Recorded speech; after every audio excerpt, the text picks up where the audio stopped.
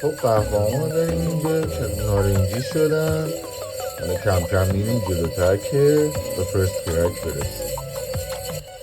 خب آخره کرک اول دیگه میریم برای دراپ کرد.